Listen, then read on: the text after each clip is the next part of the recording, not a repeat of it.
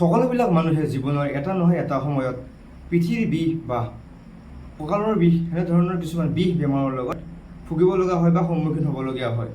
যদি আপুনিও এনেকুৱা কিছুমান সমস্যাত ভুগে বা তেন্তে এই ভিডিঅ'টি আপোনাৰ বাবে এটা বলক ভিডিঅ'টি আৰম্ভ কৰোঁ। মই দীপজ্যোতি দাস, মোৰ এই নতুন চেনেল হিউমেন হেল্থ এণ্ড চায়েন্সলৈ আপোনাক সকলোকে স্বাগতম জনাইছোঁ। আৰু এই ভিডিঅ'টিৰ জৰিয়তে আপোনালোকক মই আলোচনা কৰিবলৈ আহিছোঁ যে এই কঁকালৰ বিষ বা পিঠিৰ বিষ কিয় হয় মানুহবিলাকৰ, আৰু হোৱাৰ পিছত মানুহবিলাকে কেনেকুৱা ধৰণৰ ভুল ধাৰণা লৈ থাকে বা কেনেকৈ ধৰণৰ ট্ৰিটমেণ্টৰ বিষয়ত কেনেকুৱা ভুল ধাৰণা লৈ থাকে, বা এই বিষবিলাক আমি নোহোৱাকৈ কেনেকৈ ৰাখিব পাৰোঁ বা হ'লেনো আমি কেনেকৈ সহজ পদ্ধতিৰে ঠিক কৰিব পাৰোঁ, সেই বিষয়ে এই ভিডিঅ'ত আলোচনা কৰিবলৈ গৈছোঁ। ভিডিঅ'টি শেষলৈকে চাব আৰু আশা কৰিছোঁ এই ভিডিঅ'টিৰ জৰিয়তে আপোনালোকে কিছুমান বিষ ৰিলেটেড কিছুমান কথা শিকি যাব পাৰিব। এতিয়া বলক আলোচনা কৰোঁ। এই ভিডিঅ'টোত প্ৰথমে আমি ডিছকাছ কৰিম যে বেক পেইন মানুহৰ কিয় হয়।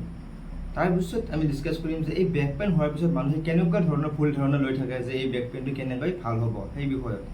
তাৰোপৰি পিছত আমি ডিছকাছ কৰিম যে এই বেক পেইনটো কেনেকৈ আপোনালোকে ট্ৰিটমেণ্ট কৰিব, ঘৰতে হওক বা ঘৰতে কেনেকৈ ট্ৰিটমেণ্ট কৰিব পাৰে বা কেনেকৈ এইটোৰ পৰা পৰিত্ৰাণ পাব পাৰে। আৰু তাৰ পিছত আমি ফাইনেলি ডিছকাছ কৰিম যে এই বেক পেইনটো কেনেকৈ প্ৰিভেনশ্যন নোহোৱা কৰি কেনেকৈ ৰাখিব পাৰে, সেই বিষয়ে আমি এই ভিডিঅ'টোৰ জৰিয়তে আলোচনা কৰিবলৈ গৈ আছোঁ। যে বলক চাওক।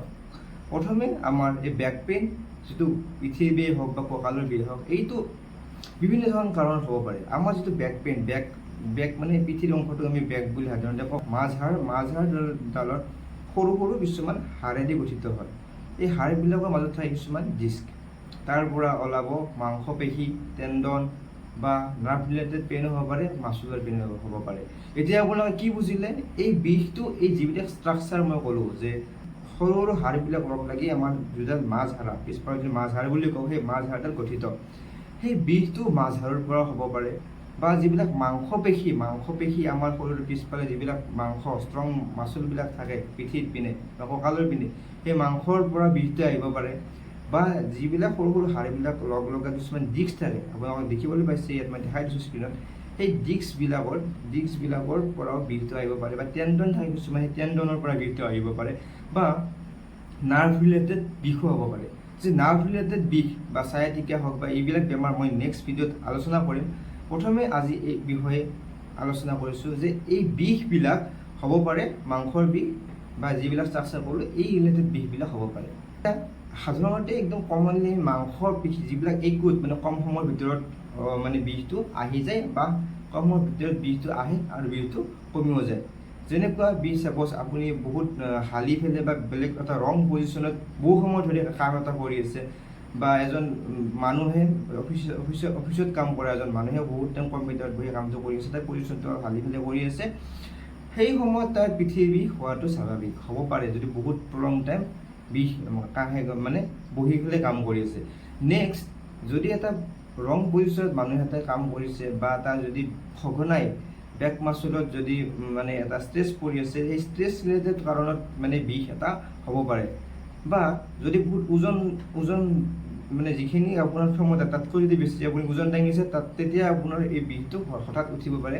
কিন্তু সেইবিলাক বিষ বহুত মানুহৰ যিটো মাচুল ক্ৰেম্প বুলি কয়, সেই মাচুলছ থাকে পিঠিৰ পিছফালে, যিবিলাক মাংসপেশী থাকে, সেই মাংসপেশীবিলাকত যেতিয়া অধিক কাৰ্য কৰা হয়, তাত যিমানখিনি অক্সিজেন লাগে তাতকৈ বেছি যেতিয়া অক্সিজেনটো নাপায়, বা সেইবিলাক মানুহ বেছিকৈ ষ্ট্ৰেছ পোৱা যায়, মাচুলবিলাকত যেতিয়া ষ্ট্ৰেছ পোৱা যায়, মাংসপেশীবিলাকত যেতিয়া ষ্ট্ৰেছ পায়, তেতিয়া সেই বিষটো মাংসপেশী ক্ৰেম্পৰ কাৰণে বিষটো উঠে। নেক্সট, আমাৰ কিছুমান হ'ব পাৰে যে টেণ্ডন ৰিলেটেড বিষ, টেণ্ডনটো হঠাৎ কিবা ইঞ্জুৰি হৈ গ'ল তেতিয়া বিষ হ'ব পাৰে। বা যিবিলাক মই ক'লোঁ যে মাজহাড়ত বহুত সংখ্যক হাড় থাকে, হাড়ডাল যদি ইঞ্জুৰি হৈছে, বা আপুনি যদি কিবা কিবা এক্সিডেণ্ট হৈছে, বা আপুনি সেই হাড়ত কিবা দুখ পাইছে, তেতিয়া সেই বিষটো সেই হাড়ৰ পৰা উঠিব পাৰে। বা হাড় যদি ফ্ৰেকচাৰ হৈছে, তেতিয়া বিষ উঠিব পাৰে। বা নাৰ্ভ ৰুট যদি কম্প্ৰেছন হৈছে, নাৰ্ভবিলাক আমাৰ মাজহাড়ৰ মাজত স্পাইনেল কৰ্ড থাকে, আপোনাক মই দেখাই দিছোঁ, এই স্পাইনেল কৰ্ডৰ মাজৰ পৰা আমাৰ যি নাৰ্ভ ৰুটবিলাকৰ পৰা নাৰ্ভবিলাক এনেকৈ ওলাই যায়। তেতিয়া সেই নাৰ্ভবিলাকত যদি ইঞ্জুৰি হয়, তেতিয়া সেই বিষটো নাৰ্ভ ৰিলেটেড বিষ হৈ যায়। সেই বিষয়ে মই পিছত ভিডিঅ'ত আলোচনা কৰিম। কিছুমান মানুহৰ বিটো এইবিলাক কাৰণ দেখিবলৈ পোৱা যায় যে তেওঁলোকৰ যদি বডি ৱেইটটো তেওঁলোকৰ বডি ৱেইট যিমান থাকিব লাগে তাতকৈ যদি বেছিকৈ থাকে তেতিয়া আপোনালোকৰ সেই বিষ বেমাৰটো মানে হোৱা দেখিবলৈ পোৱা যায়। বিষটো হয় কিছুমান মানুহৰ, বা কিছুমান এনেকুৱা মানুহ থাকে যিবিলাক exercise lack of exercise due to lack of exercise বিষটো উঠা চান্স থাকে। এইবিলাক বিভিন্ন ধৰণৰ কাৰণ মই আপোনালোকক ক'লোঁ যে পিঠিৰ বিষ বা কঁকালৰ বিষ কেনেকুৱা পৰিস্থিতি হ'ব পাৰে, বা কিছুমান বয়স ৰিলেটেড বা কিছুমান অটোইমিউন ডিজিজ আৰ্থ্ৰাইটিছ হ'ব পাৰে, মাকৰ আছে বা দেউতাকৰ আছে তেতিয়া তাকে বিষটো আহিছে, সেনেকুৱা বিষ বেমাৰো থাকে কিছুমান। গোটেই বিষ বেমাৰৰ বিষয়ে আমি নেক্সট ভিডিঅ'ত আলোচনা কৰিম। আপোনালোকে চাই গম পাব, কিন্তু এটা ভিডিঅ'তে সকলোবিলাক ডিছকাছ কৰা সম্ভৱ নহয়। তো এই যিটো আজি ইন্ট্ৰডাকশ্যন ভিডিঅ' কমন ভিডিঅ' সেইটো বিষয়ে আজি আলোচনা কৰিছোঁ। তাৰপিছত আমাৰ কিছুমান মানুহৰ ভুল ধাৰণা থাকে যে বিষ হৈছে তো মানে ৰেষ্ট ল'ব লাগে মানে গোটেই ৰেষ্টে পূৰা কমপ্লিট বেড ৰেষ্ট। এইটো এটা ভুল ধাৰণা, এইটো টোটেলি ৰং কনচেপ্ট। আপোনালোকৰ যদি বিষ বেমাৰ হৈছে তেতিয়াহ'লে টোটেলি একদম বেড ৰেষ্ট কৰি আছে, বেড ৰেষ্ট মানে বিচনাত শুই আছে, একো কাম কৰা নাই, সেইটো বহুত ৰং কনচেপ্ট।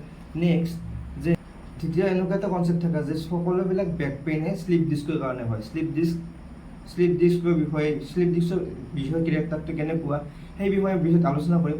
কিছুমান মানুহে ভাবি লয় যে যিবিলাক বেক পেইন হৈছে সেই বেক পেইনবিলাক কেৱল শ্লিপ ডিস্কৰ কাৰণে হৈছে, বা যদি সেই বেক পেইনটো ভাল হ'ব টোটেলি ৰেষ্ট ল'ব লাগিব তেতিয়া ভাল হ'ব। টোটেলি এতিয়া এই বেক পেইন কেতিয়া বহুত ভয়ানক বা কেতিয়া বহুত ডেঞ্জাৰাছ আপোনালোকে এই কথা জানি লোৱা উচিত। বেক পেইনটো কেতিয়ানো বহুত বেছি ভয়ানক হয়? বেক পেইনটো তেতিয়াই বহুত ভয় কৰিবলগীয়া যেতিয়া আপোনাৰ পেচাব বন্ধ হৈ গৈছে, টোটেলি পেচাব কৰিব নোৱাৰা হৈ গৈছে বা পেচাব নোলায়, বা আপোনাৰ লেট্ৰিন বন্ধ হৈ গৈছে, পেচাব বন্ধ হৈ গৈছে, বা আপোনাৰ ভৰিৰ যিখিনি ঠাই ইনাৰ এৰিয়া বা আপোনাৰ যি গুপ্তাংগ এৰিয়াবিলাক মানে অচল হৈ পৰিছে, বা ভৰিত ভৰিৰ গোটেই তলৰ পাৰ্টখিনি যদি চেঞ্জ নোহোৱা হৈ গৈছে, বা আপোনাৰ যদি কিছুমান মেজৰ ইঞ্জুৰিৰ বা মেজৰ এক্সিডেণ্টৰ সন্মুখীন হৈছে তেতিয়া, আৰু যদি সেইবিলাক সময়ত বহুত বেছি ভয় কৰিবলগীয়া হয় বেক পেইনটো।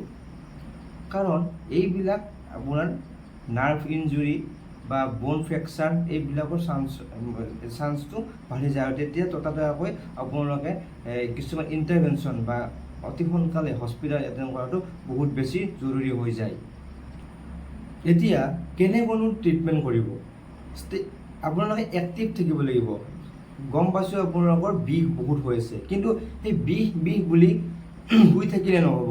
বিষ অলপ যি ডেইলি এক্টিভিটি, অলপ লাহে ব্ৰিস্ক ৱাৰ্ক মানে লাহে খোজ কাঢ়িব, অলপ বডিটো অলপ মুভমেণ্ট কৰিব। কাৰণ মুভমেণ্ট কৰা মানে আপোনালোকৰ সেই ঠাইলৈ মানে ব্লাড চাৰ্কুলেশ্যনটো বেছি ভালকৈ হৈছে, বা যদি আপোনালোকে এনি টাইম পৰি থাকে তো সেই ঠাইলৈ ব্লাড চাৰ্কুলেশ্যনটো যিমান হ'ব লাগিছিল এটা এক্টিভিটি কৰাৰ সময়ত তাত সেই ঠাইলৈ ব্লাড চাৰ্কুলেশ্যনটো বেছিকৈ হয়। তো মই কোৱা নাই যে সেই আপোনালোকে যিটো ঠাইত বিষ হৈ আছে সেইটো বেছি ষ্ট্ৰেছ দিব নালাগে, কিন্তু এনেকুৱাও নহয় যে আপোনালোকে এনি টাইম পূৰা কমপ্লিটলি বেড ৰেষ্ট লৈ ল'ব। আপোনালোকে ধুনীয়াকৈ লাহে খোজ কাঢ়ক, অলপ বডিটো অলপ ষ্ট্ৰেচিং কৰক, সেইটো প্ৰথম কাৰণ। নেক্সট আপোনালোকৰ বিহটো হঠাৎ উঠা বিষ মানে একিউট পেইন, এই একিউট পেইনৰ ক্ষেত্ৰত আমি দিব পাৰোঁ যে কোল্ড কম্প্ৰেছন, মানে যদি আইচ পেক মানে বৰফ যদি ঠাণ্ডাতে আমি সেই ঠাইবিলাকত লগাই দিলে আমাৰ বিহটো ইম্প্ৰুভমেণ্ট হোৱাৰ চান্স থাকে। আৰু যদি আপোনালোকৰ কিছুমান এনেকুৱাও পেইন থাকে যিটো মানে সঘনাই আপোনাৰ হৈ আছে বা বহুত দিনৰ পৰা বিহটো হৈ আছে, তেতিয়া আপোনালোকে হিট কম্প্ৰেছন দিব পাৰে। হিট কম্প্ৰেছন মানে হৈছে আপোনালোকে গৰম পানীয়ে হওক বা এই হট ৱাটাৰ বেগবিলাকে হওক, এই হট ৱাটাৰ বেগবিলাক আপোনালোকে ব্যৱহাৰ কৰিব পাৰে। আপোনাৰ যিখিনি লোকেলি মানে যিখিনি ঠাইত বিষ হৈছে সেইখিনি ঠাইত আপোনালোকে হট কম্প্ৰেছন দিব পাৰে, তেতিয়া আপোনাৰ বিষৰ পৰা পৰিত্ৰাণ পোৱাটো স্বাভাৱিক, পৰিত্ৰাণ পাব পাৰে। তাৰপিছত যি আপোনাৰ পশ্চাৰ, চিটিং পশ্চাৰ হওক বা শ্লিপ পশ্চাৰ হওক, সেইবিলাক আপোনালোকে ইম্প্ৰুভ বা মানে ভাল এটা পজিশ্যনত কৰাটো দৰকাৰ। যদি আপোনালোকে বহুত টাইম কিছুমান কাম, আপোনাৰ কাৰ্যটো এনেকুৱা যে বহুত টাইম বহি থাকিব লাগে, বহি থাকক, কিন্তু যদি পাৰে আপোনালোকে 1 ঘণ্টা বা আধা ঘণ্টাৰ মূৰে অলপ চিটটোৰ পৰা উঠি পেলাই অলপ খোজ কাঢ়ক। কাৰণ বডিটো অলপ ৰিলেক্স, মাচুলখিনি অলপ যিটো আপোনাৰ ষ্ট্ৰেছ বা স্পাজম সেইখিনিৰ পৰা পৰিত্ৰাণ পাব। আপোনালোকে অলপ উঠি পেলাই যদি অলপ মুভমেণ্টটো কৰি দিয়ে তেতিয়া আপোনালোকৰ যি বডিটোৰ ষ্ট্ৰেছ বা স্পাজম হোৱা চান্স থাকে সেইটো মানে কমি যায় আৰু তাত ব্লাড চাৰ্কুলেশ্যন পাই যায়, যিহেতু এটা ৰখি থকা বস্তু আৰু এটা মুভমেণ্ট কৰিলে সেই জেগাত ব্লাড চাৰ্কুলেশ্যনটো মুভমেণ্ট কৰিলে ব্লাড চাৰ্কুলেশ্যনটো বেছিকৈ পায়, তেতিয়া মানে যিটো আপোনাৰ লেক্টিক এচিডৰ কাৰণে পেইনটো হয়, মাচুল ক্ৰেম্পটো, সেইটো হোৱা চান্সটো অলপ কম থাকে। সেইকাৰণে যদি আপোনালোকে বহুত টাইম বহি থকা কাম কৰে, অলপ বডিটো ষ্ট্ৰেচিং কৰক, অলপ এনেকৈ অলপ ষ্ট্ৰেচ কৰক বডিটো, অলপ এক্সাৰচাইজ দেখাই দিছোঁ কেনেকুৱা ষ্ট্ৰেচিং কৰিব, স্ক্ৰীণত চাব। কৰা মানে বেক মাচলটো অলপ মজবুত কৰা কিছুমান ব্যায়াম থাকে, সেই ব্যায়ামবিলাক কৰক। এদিনততো নহয়, কনচিষ্টেঞ্চি মেইনটেইন কৰিব লাগিব, এসপ্তাহ 2 সপ্তাহ 1 মাহ এনেকৈ মানে আপোনাৰ যিটো বেক মাচলছ, পিঠিৰ পিছফালৰ পিঠিৰ যিখিনি মাচলছ হয় বা কঁকালৰ যিখিনি মাচলছ হয়, মাংসপেশী হয়, এইবিলাক ষ্ট্ৰং কৰা কিছুমান ব্যায়াম থাকে, আপোনালোকে স্ক্ৰীণত দেখিবলৈ পাইছে। এনেকুৱা ধৰণৰ ব্যায়াম আপোনালোকে ইউটিউবত চাৰ্চ কৰিবলৈ পাই যাব, সেইবিলাক ব্যায়াম আপোনালোকে কৰক। তেতিয়া আপোনাৰ যিটো সঘনাই হৈ আছে বিষটো বা অলপ কিবা বস্তু দাঙিলে বিষটো হঠাৎ আহি যায়, সেই বস্তুটোৰ পৰা আপোনালোকে পৰিত্ৰাণ পাই যাব। মানুহবিলাকে হঠাৎ বিষ এটা অহাৰ লগে লগে মানে পেইন কিলাৰৰ প্ৰতি গুৰুত্বটো বাঢ়ি যাব, পেইন কিলাৰ খাই দিওঁ ভাল হৈ যাব। কিন্তু আপোনালোকে গম নাপায় যে পেইন কিলাৰ এনেকুৱা এটা বস্তু যাৰ কাৰণে বহুত ছাইড ইফেক্ট, বহুত কমপ্লিকেশ্যন হোৱাৰ চান্স থাকে। সেই পেইন কিলাৰৰ কাৰণে কি ছাইড ইফেক্ট হ'ব পাৰে সেই বিষয়ে মই নেক্সট এটা ভিডিঅ'ত আপোনালোকৰ লগত আলোচনা কৰিম। আৰু প্ৰধান এটা কাৰণ হৈছে লিভাৰ আৰু কিডনীক ই বহুত বেয়াকৈ ক্ষতি কৰে। সেইকাৰণে অলপ বিষ হ'লে পেইন কিলাৰ এখন ৰিলেক্স হৈ যাম, এইটো বস্তু আপোনালোকে কৰাতকৈ যিবিলাক মই কৈছোঁ ষ্ট্ৰেচিং কৰা বা হিট কম্প্ৰেশ্যন বা কোল্ড কম্প্ৰেশ্যন বা ঠাণ্ডা গৰম এইবিলাক যি মই ক'লোঁ আপোনালোকে চালে, এইবিলাক আপোনালোকে মানে আপোনালোকৰ দৈনিক লাইফত মানে আপোনালোকে এপ্লাই কৰক বা এক্সাৰচাইজ কৰক, ষ্ট্ৰেচিং কৰক, সেইবিলাক কৰক পেইন কিলাৰৰ প্ৰতি যোৱাতকৈ। বা নিউৰোপেথিক পেইন, নাৰ্ভ ৰিলেটেড পেইনৰ কাৰণে আপোনালোকে যদি নাৰ্ভৰ ইঞ্জুৰি হৈছে তাৰ কাৰণে আপোনালোকে ডক্টৰৰ ওচৰত যাব লাগিব, পেইন নিউৰোপেথিক পেইনৰ মেডিকেশ্যন ল'ব লাগিব। এই নিউৰোপেথিক পেইন কি এই বিষয়েও মই পিছৰ ভিডিঅ'বিলাকত আলোচনা কৰিম। এই মাংসপেশী বিষ, তেতিয়া কিছুমান ঔষধ পোৱা যায় মাচল ৰিলেক্সেণ্টবিলাক আপোনালোকে ল'ব পাৰে, কিন্তু সেই বিষয়ে মই আপোনালোকক প্ৰেছক্ৰাইব নকৰোঁ বা মই ঔষধৰ নাম নকওঁ, কাৰণ সেই বিষয়ে আপোনালোকে ডক্টৰৰ ওচৰত গৈ বস্তুটো কৰাটো বহুত বেছি দৰকাৰী।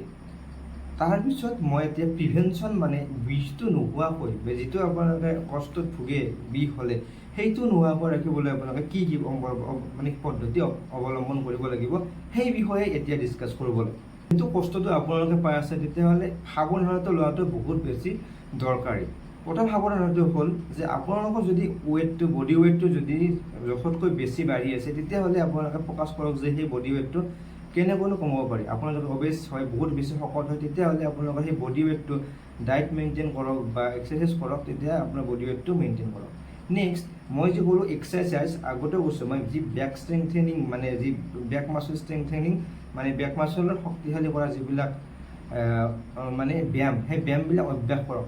বহুত ভিডিঅ' পাই যাব, ইউটিউবত চাৰ্চ কৰিলে হ'ব। সেইবিলাক ভিডিঅ' চাই পেলাই আপোনালোকে পিছৰ মাচলৰ বা আপোনালোকে জিম যাব পাৰে, যিবিলাক ল'ৰা ডেকা মানুহ আছে তেওঁলোকে জিম যাব পাৰে, কাৰণ বেক মাচল এক্সাৰচাইজবিলাক আপোনালোকে কৰিব পাৰে। আৰু যিবিলাক মানুহৰ অফিচিয়েল কাম থাকে বা লেপটপ কম্পিউটাৰত বহুত বেছি কাম, তেওঁলোকে যিবিলাক মানে বহুত সময় বহি কৰা এইবিলাক কামবিলাক, সেইবিলাক কাম বহুত লং টাৰ্ম বহি নাথাকিব। এইবিলাক ষ্টুডেণ্টৰো বহুত ষ্টুডেণ্টবিলাকৰো আজিকালি বহুত বেক পেইনৰ সমস্যা।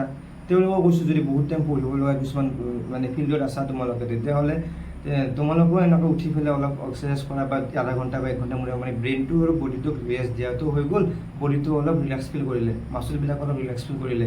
তো সেইটো কৰিলে তোমালোকৰ যিটো পেইন, সেই পেইনটোৰ পৰা তোমালোকে প্ৰিভেনশ্যনটো পাই থাকিবা।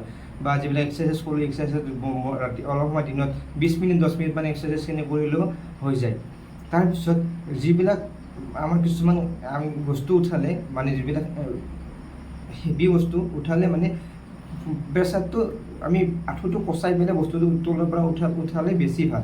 যদি আমি কঁকালত প্ৰেছাৰ দিওঁ, যদি আপোনালোকৰ সমস্যা আছে বিষত, তেতিয়াহ'লে বস্তুটো দাঙিলে কঁকালত প্ৰেছাৰটো নিদিয়ে আপোনালোকে নি বেণ্ড কৰি মানে আঁঠু দুটা ভাঁজ কৰি পেলাই বস্তুটো প্ৰেছাৰটো দি উঠালে অলপ কষ্টটো কমকৈ পোৱা যাব।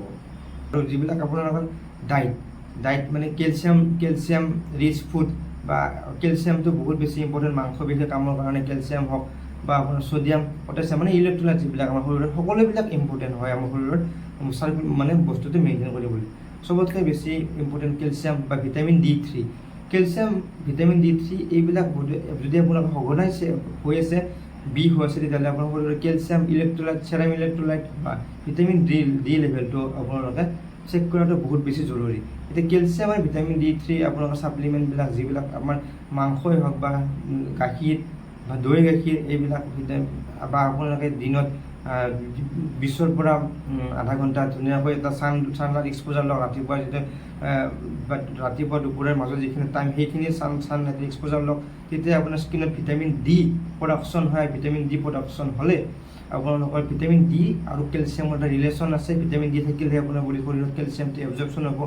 তো এইবিলাক আপোনালোকে গুৰুত্ব দিয়ক। আপোনালোকৰ খাদ্য সেইবিলাক কেলছিয়াম আৰু ভিটামিন D3 থকা খাদ্য বস্তু আকৌ তালিকাখন দি দিছোঁ, মই ফটো এটা দি দিছোঁ।